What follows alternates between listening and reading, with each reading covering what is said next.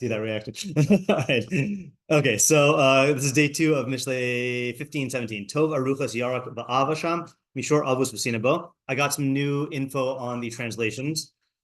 So we translated as better a meal of greens with love or affinity there than a fattened bull with hatred or opposition in it. So I saw the Ho'il Moshe, that is Rav Moshe Tedeschi, Ashkenazi, who was one of Shadal's affiliates.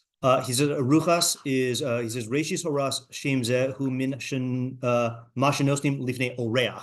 I don't know if anyone else made that connection. I just didn't think about that. It's what you give to a guest. So provisions probably might be the thing. And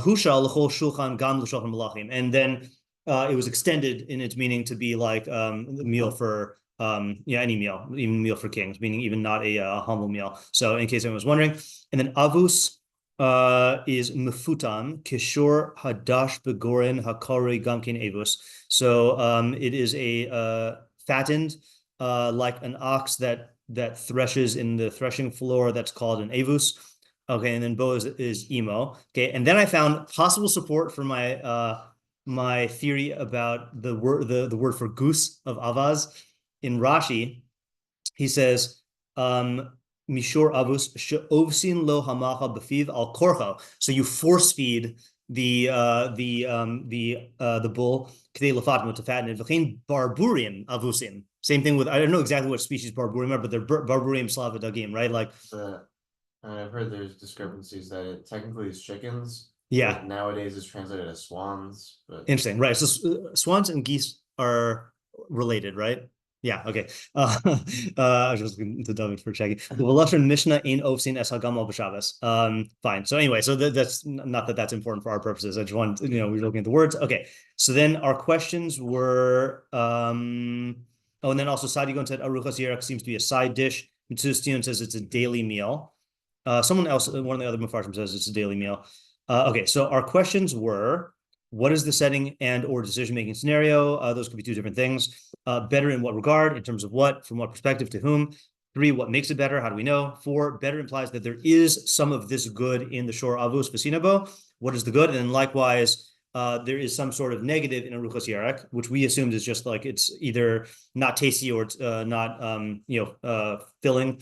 5, what do we mean by ahava and sina? Are we talking about 2 broad binary categories of positive feelings and negative feelings? Or are we dafka talking about the extremities of the emotions? 6, where is the love and the hatred? Where is sham and bo? Who said yesterday that I responded to someone yesterday saying it has to be between 2 people? I think. Yeah. Okay. All right. So I found something on that also. Okay. Well, I guess we'll look at it again. Yeah. I think you're right. 7, what is the difference between bo and sham? Are they just poetic synonyms? 8, where does this love and hatred come from?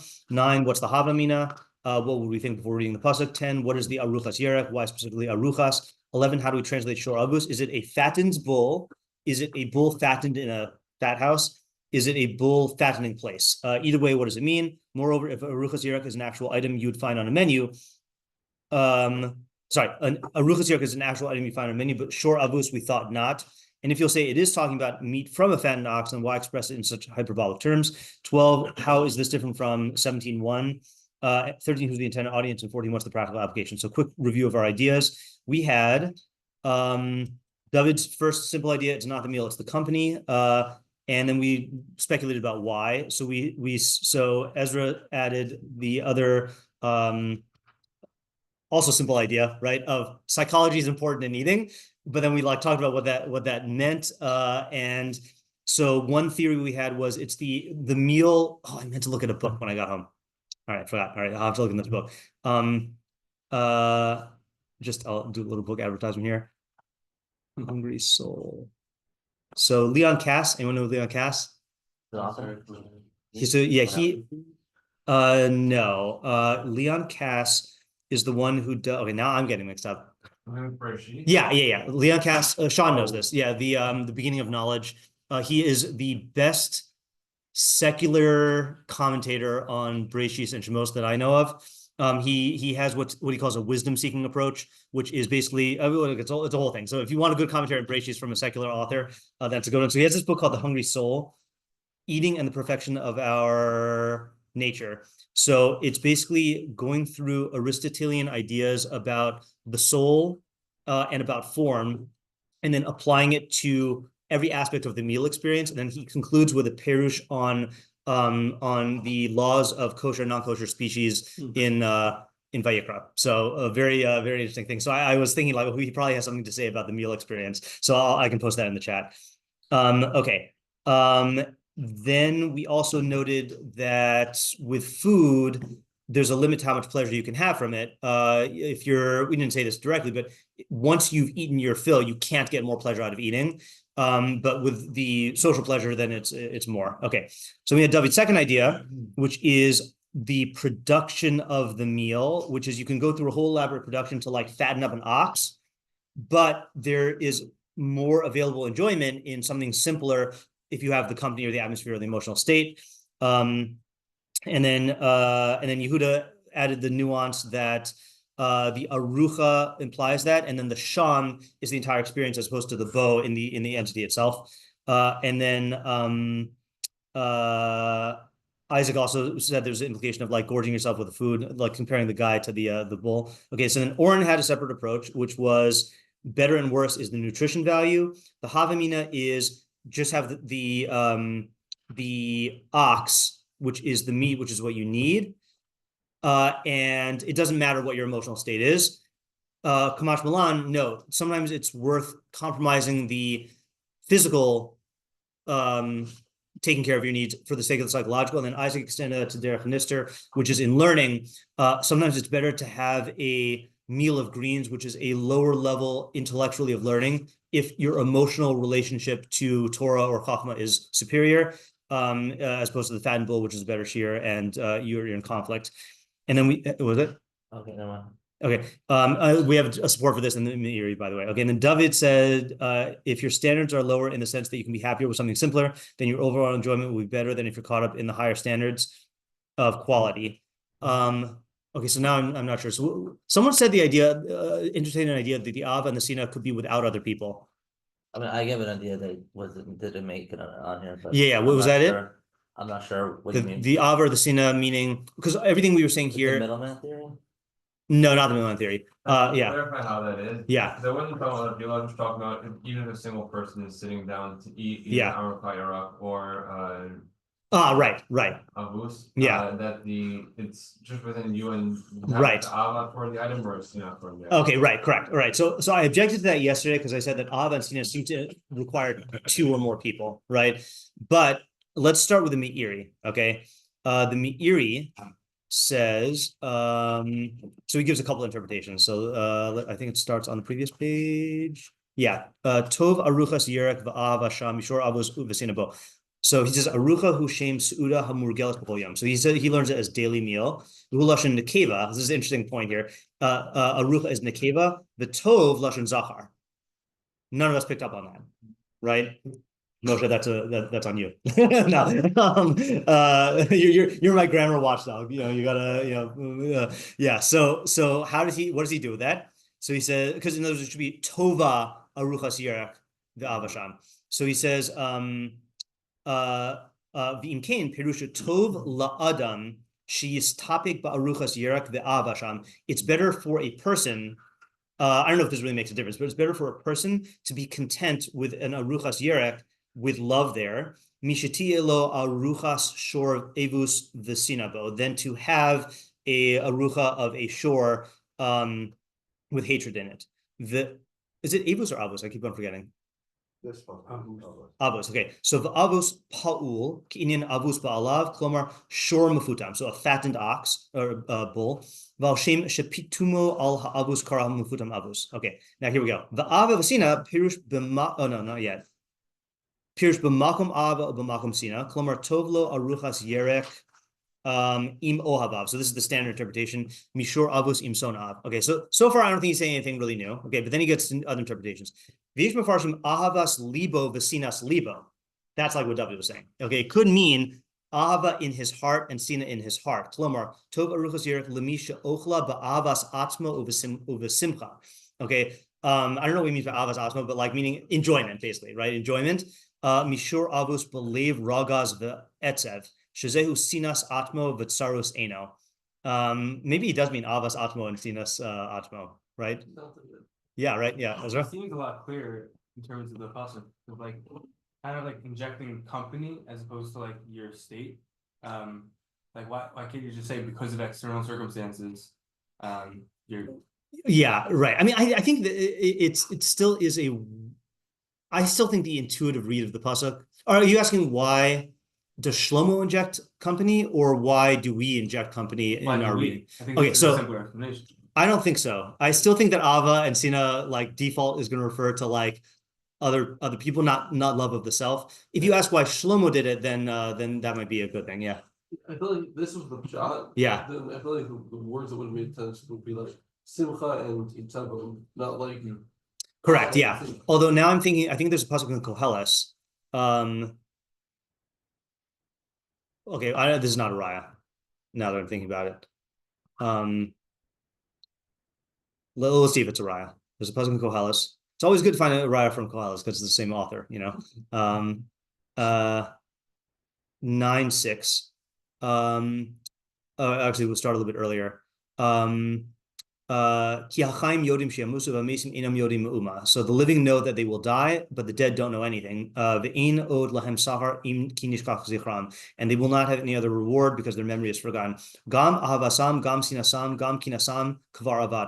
Also their love and their hate and their jealousy, kvar avada, will be lost. What was that? Is that not already was lost? It was already lost. I don't think this is a strong raya, but I guess the way I'm learning this is not talking about the love they share with other people. It seems to be talking about their feeling of love just in and of themselves. Not exactly avas atma though, so not as strong of a raya. Yeah, I think the way we were talking about the company. Yeah. Still was your own internal, like your own internal feelings. Right.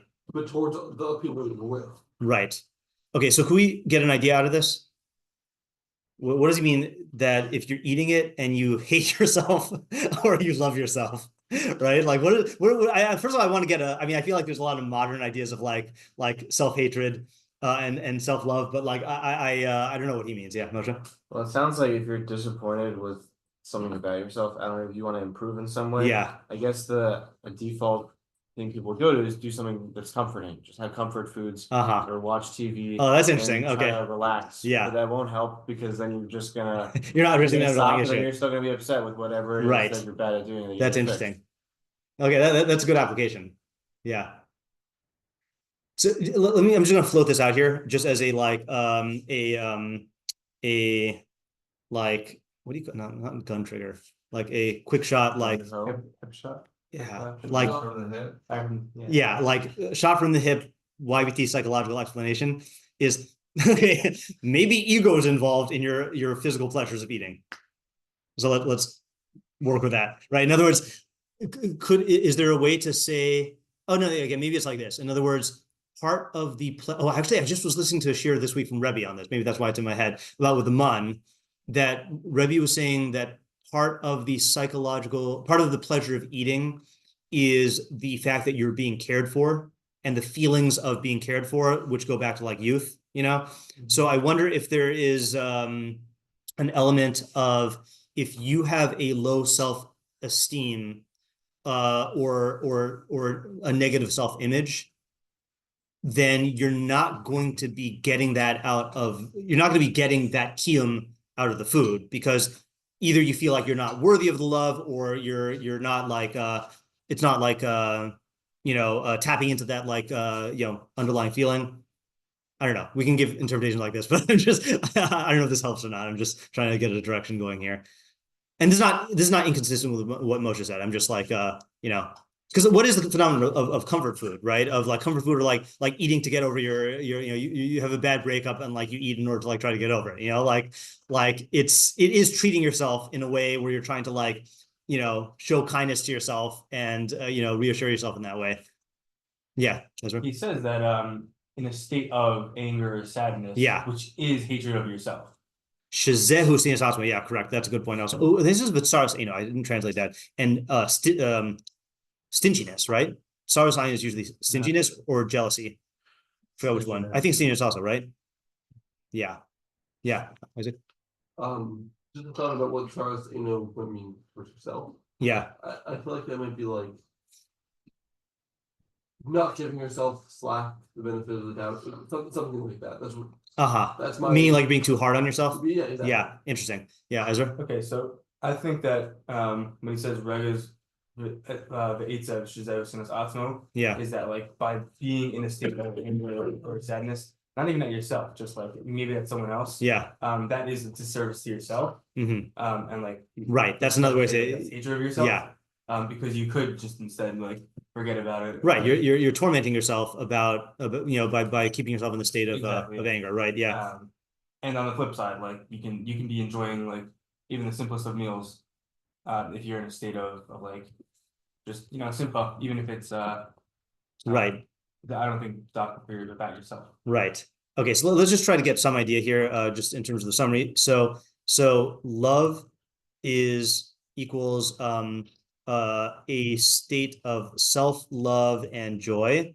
Hatred equals a state of anger and depression, which is self-hate and stinginess. Okay, so the basic idea is that a person's emotional state about himself, i.e., his self-image and mood, will affect his physical enjoyments. Okay, and the practical application is that it's you're going to get more enjoyment if you work on yourself than if you try to address the problem with food. And like let's say comfort food and treating yourself. Yeah. Okay. And then we theorize. Theory is part of the pleasure of eating has to do with the unconscious feeling of being cared for. So if you don't view yourself as worthy of love, you won't get that kiyum. Okay. All right. So this could use some work, but practically speaking, we have enough for the takeaway, right? In other words, however this works, I think we've all had this experience where you're in a very bad mood and like the food could be very good, but like you're not enjoying it. So I think that's a good like, it's an actionable idea even if we don't understand the psychodynamics. Okay, next one. Rabbeinu Zal Pirshu al Matan Ha'ani. So Chazal explained this in application to giving to the poor. Okay, actually, what I want to do is let's read Rashi first, because Rashi says this in a short way. Tov aruchas yerek laseis la'ani. Better to give a meal of greens to an ani, the abasham laharos lo sever panim, to show him a kind happy face. Mishur avus lahachilo basar shamin v'yar enu panim ra'im. Then to feed him, fatty meat, but to look, to have a bad look on your face. Okay, so now let's go back to the Meiri. So he says, Shetov lahachilo aruchos yerak ba'ava u'v'sever panim yachos mimi shiachilehu shor avus v'yachlimehu b'dvarim u'v'garosav. So then to feed him good food, but to shame him with your words and growl at him. Right, so this is a very important insight that many stumble in, right? So I know this is an idea that we're probably familiar with, but let's just talk it out. Why is this the case? Why is it better? So, and Chazal say even if you give like $1,000 to an ani, but you like give it to him in a disrespect, you throw it in his face, or you like make him feel bad, then like you lose the zchus of tzedakah, and like it's an avon. Actually, this should be the halakha. Hold on, I don't want to miss. You're asking why that should be the case? Yeah. Why is that the case? Hold on a second. I just want to get the halakha first. This is also going to be in Zra'im Matnos Aniyim 10. Look at saver. Nope, not saver. Panim. Nope. What other words would be? Let's just skim. I think it's here. Yeah, there's he's quoting the word to say. Oh yeah, right. So why is it not showing up? Oh, because I'm just at the wrong point. Okay. Kol nosin tzedakah la'ani b'sefer panim ra'os. Anyone who gives tzedakah to a poor person with a, I never know how to translate it. Like meaning like it's a all the bad emojis, right? Yeah, bad countenance. Upanav kvushos bakarka. This is the more common one, I think. And your face is like down on the ground, like here, like kind of like that. And that's why I think I don't think it means literally like your face is in the mud. Afilu naslo elef zehuvi. I mean, if you give him $1,000 gold pieces, ibid zechuso o hifsida. I never knew what he meant by that. Then he has lost. The person who's giving has lost his zechus or ruined it. I don't know what the difference is between losing it and like. Yeah. If he said like lost the scar, that would make sense. Yeah, right. Strange. Ella nosin lo b'sefer panim yafos u'b'simcha. You should give it to him with a pleasant countenance and joy. Here, you can't go overboard. Umis onin imo al tzaraso, and he should empathize with him. Yeah, literally like grieve with him, right? With over his tzara. Shnemar im lo b'chisi l'kashay yom agma nafshi la'evyon. When he was rhyming statements of his own righteousness, which is if he's saying, I think he's trying to say why he doesn't deserve punishment. If I did not cry for the person who's having a bad day, if my soul was not anguished for the impoverished person, speak to him with words of supplication and comfort. Shnemar v'lev almana arnin. The heart of the widow I brought joy to, I think, is what this is. I actually learned this from Rabbi Zimmer when I was in yeshiva. Then in my second year, Rabbi Zimmer's job was to be in charge of the tzedakah. And, I, having not grown up here, like, it's not so common in certain other places like Seattle to have aniyim like just coming in and like asking for money, So I didn't know any better that like, oh, I thought you just like, give them the money. But I remember Rabbi Zimmer sitting down. There's a woman who used to come to us named Shoshana. And Rabbi Zimmer would sit down with her at the kitchen table and like hear her out and talk with her for like a good, 5-10 minutes.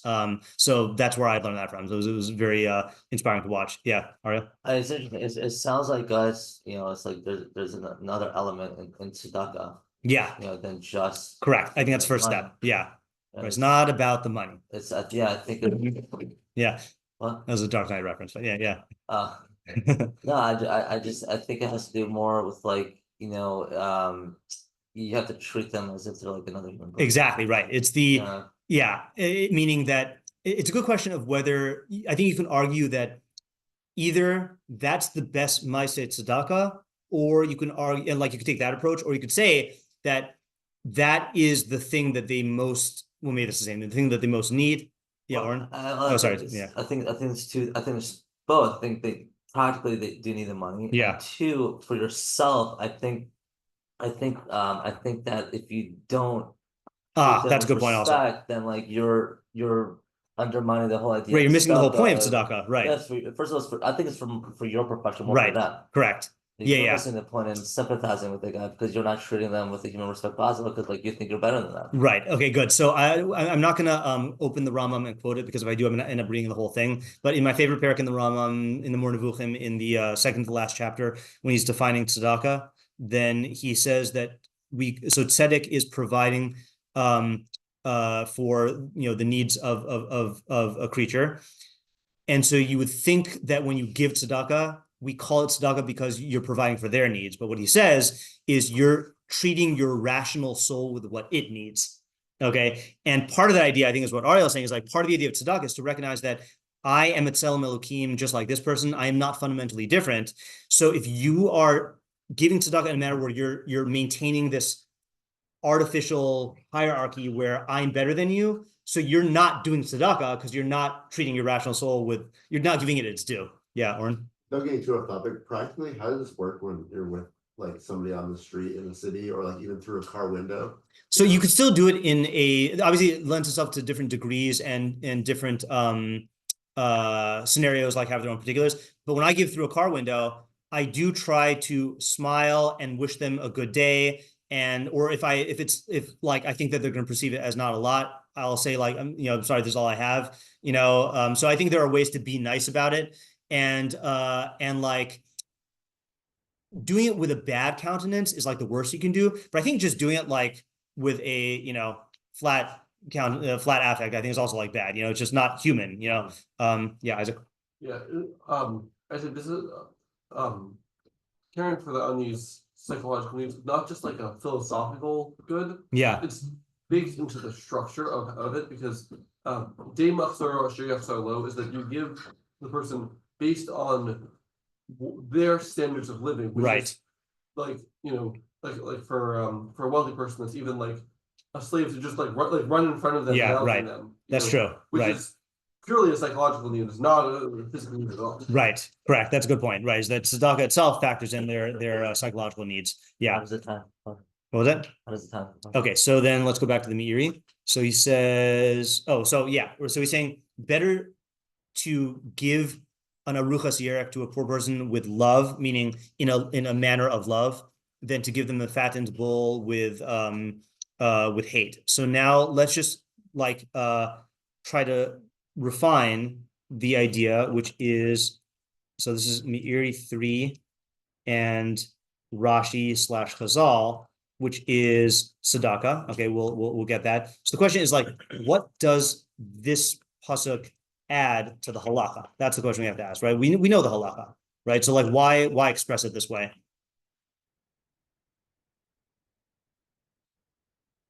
The chiddush is that it's manifesting insofar as food. It's already like copying and pasting the money scenario. Oh, that's interesting. Okay, so that's one possibility. Another form of giving and providing. Okay, so perhaps the chiddush is in the application to food.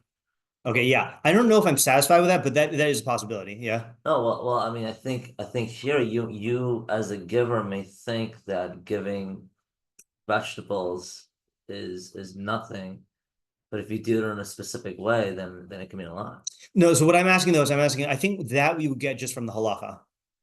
So what is Shlomo framing this in terms of a meal of greens and fattened ox add? Well, yeah, I'm trying to explain it. Yeah. I think from the giver's perspective, you still may feel that that's not good enough.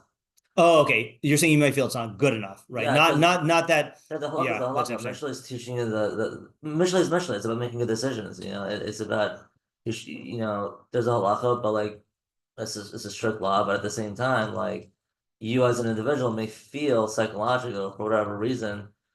You may not doing this what you need. You may have to give it. Right. You may have to. I don't know. Sell your house to give this guy an ox. Yeah. Okay, I hear that. That is a good approach. Yeah, Isaac. Yeah, I think maybe the Havamina is like Devin number 3. Yeah. But like that like that even the Havamina that you have by yourself about that, like I'd want that like having good food is more important than the emotional state. But like, is this Havamina would apply this to someone else? Oh, that's interesting. Also, that's an interesting melding of the of the factors here. Is that you need to apply basically you need to apply like the other ideas we've said about this pasuk, to the Ma'aseh Tzedakah. That's a good idea. That I like. In other words, and I think that it speaks to what you were saying, which is like we know that this is true in our own eating, yet somehow when it comes to giving tzedakah, like we apply a different standard to the other person, like that somehow like it's that the emotions are not the emotions, yeah, exactly, right, like that all that matters is the actual stuff, yeah, which is just like another. So in other words, if you practice this idea, this will also help you with the seeing them as another human being. Yeah, yeah. I've had people for Shabbat meals in my house before who said like they don't care what they eat as long as like, there's company. Yeah. He's referring to me. Yeah, because like I'm telling you, like I'm telling you, COVID was bad. Yeah, COVID was very bad. I'm telling you, like I don't care if they're feeding me nothing. I just want to interact. Yep. I remember those days. I remember those dark days. Yep. Those dark. Okay, let's go on. Oh yeah, yeah. So like in the money, to compare and contrast that, the money scenario, there really is no two different, like basically standards, right? Here we have the Sharmavos and the Erokos Yerek. Yeah. When it comes to money, right? There's no like, there can be different quantities. Yeah. That create a distinction, but you don't have two distinct type qualities of money.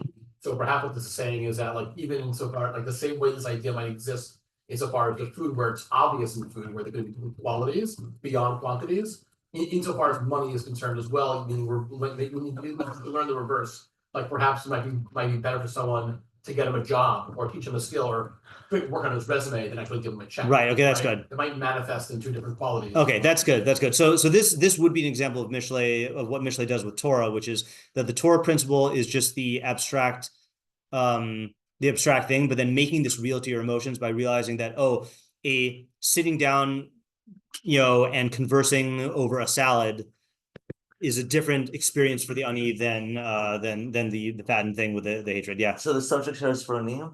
Yeah, as a tzedakah. Yeah.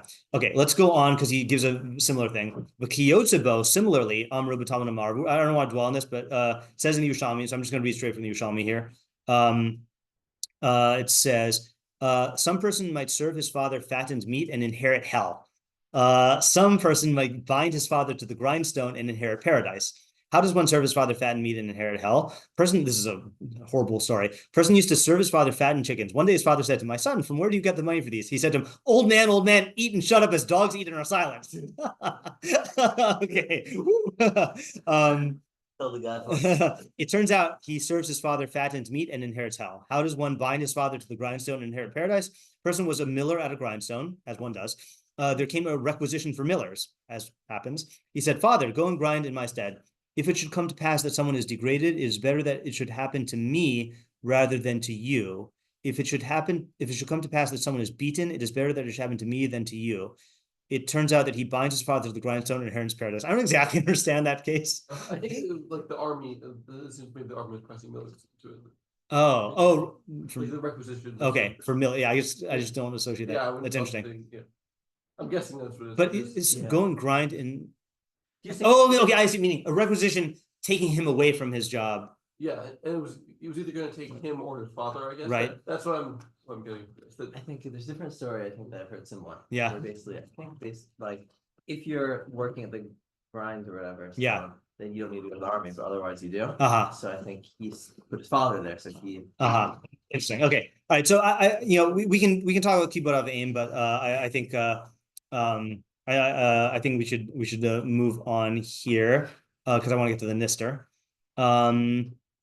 Okay, I'm really okay. That was the end of the story. So he says, yeah, okay,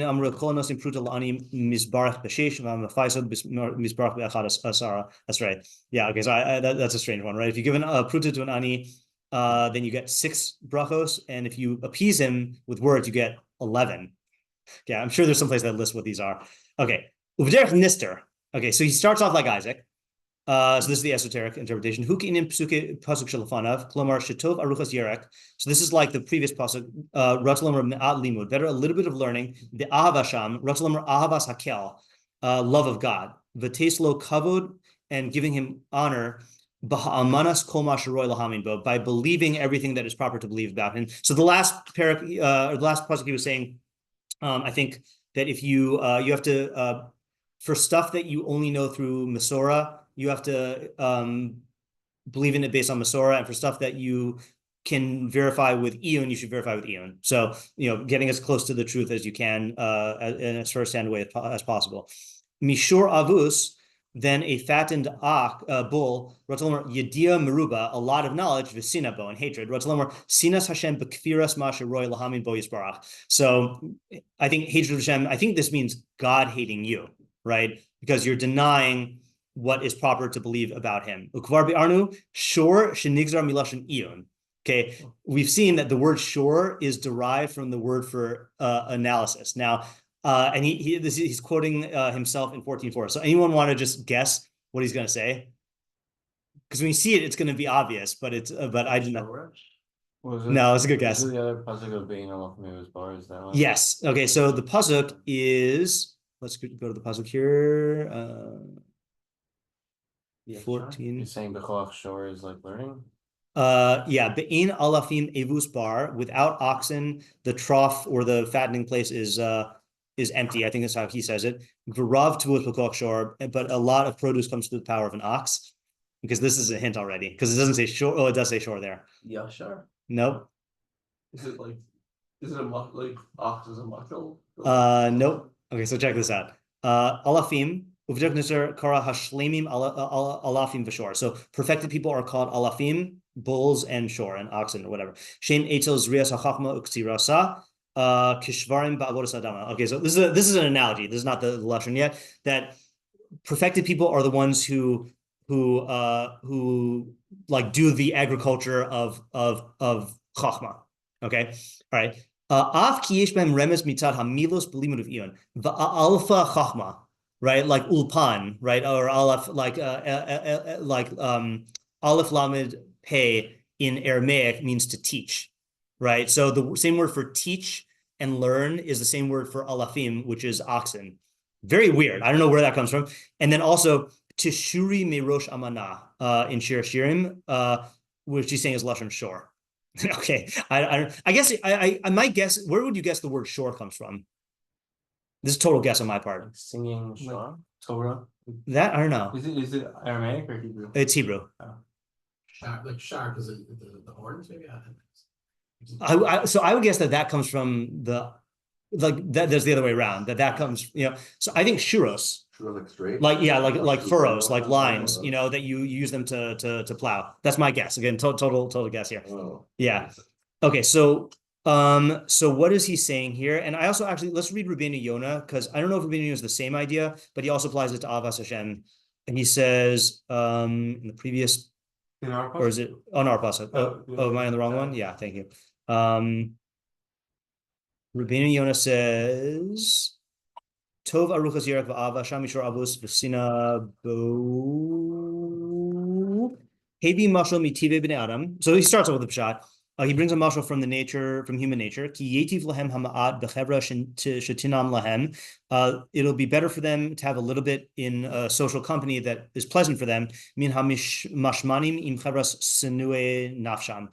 Than to have delicacies with people who they hate, somebody that they hate. Umina mashal alecha lilmod. From this mashal, you can learn ki al achas kama of kama that koshkein shetis pious daitcha b'me'at ba'avas Hashem yisbarach v'yisalav yiraso. That you'll I don't know why he uses the phrase shetis pious da'atcha, that your mind will be appeased, you have a more pleasant time, I don't know, with a little bit in avas Hashem and fear of Hashem. Ki alo avaso tova locha michavras kol ha'ovim. Friendship with God is better than all your friends. Ve'al tisav l'shalvas harashaim. Do not lust after the tranquility of the wicked. Ki rabba misitma v'sinas Hashem osam. So slightly different interpretations. I think this is like God loving you, not you loving God. But so I kind of want to do the Meiri more. Yeah. So what do you think the Meiri's idea is?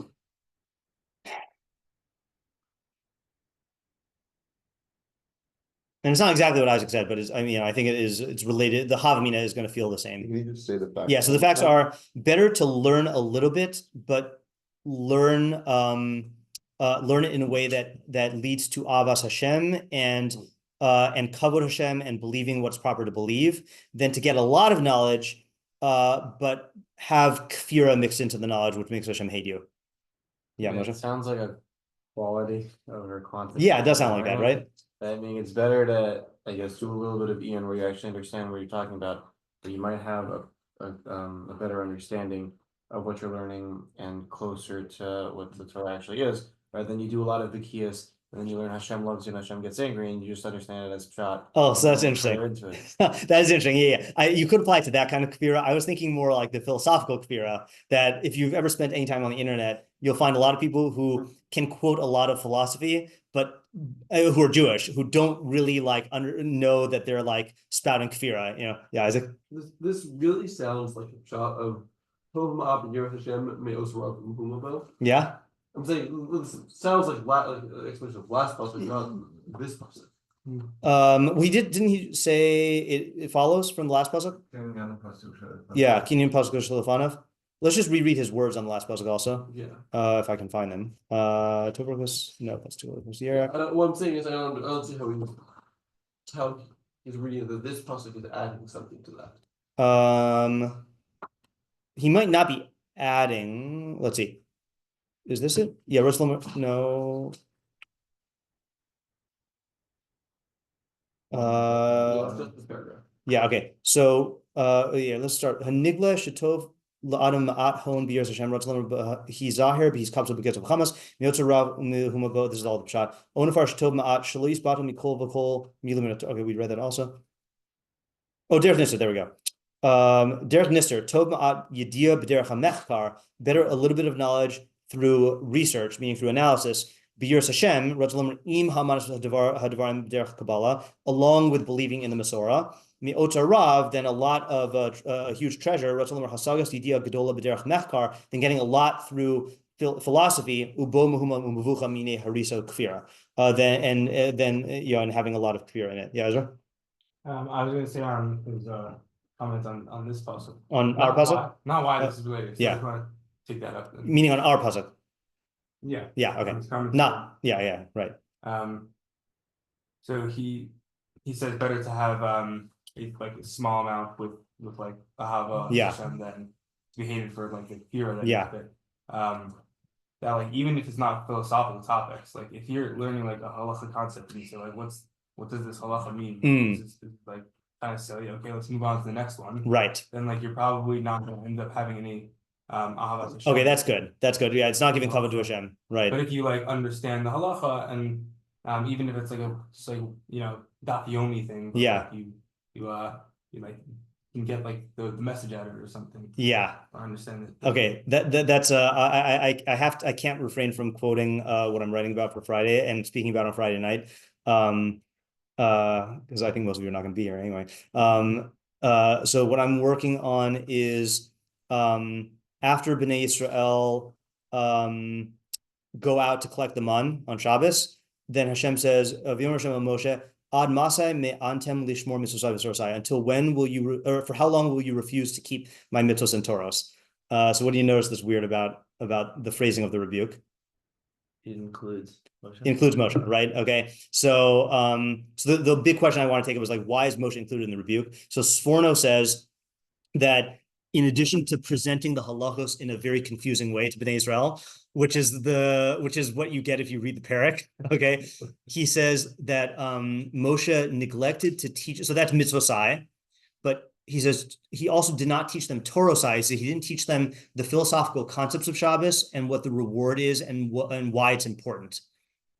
So, and he says, if you know the reasons behind the thing, then you're going to actually like value Shabbos and keep it. And I think that's a big mistake in a lot of Jewish education is like, they just teach the halacha, and they don't teach you actually like how this benefits you or what the philosophical idea is. So that's a good shot. Yeah, Warren?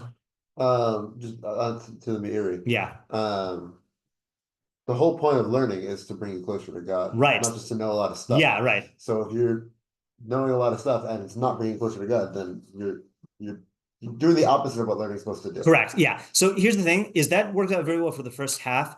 I think he's putting the emphasis here on the sinna, on kfira, right? So not that that's contrary, but like I feel like his idea does have to focus on the kfira part. Yeah.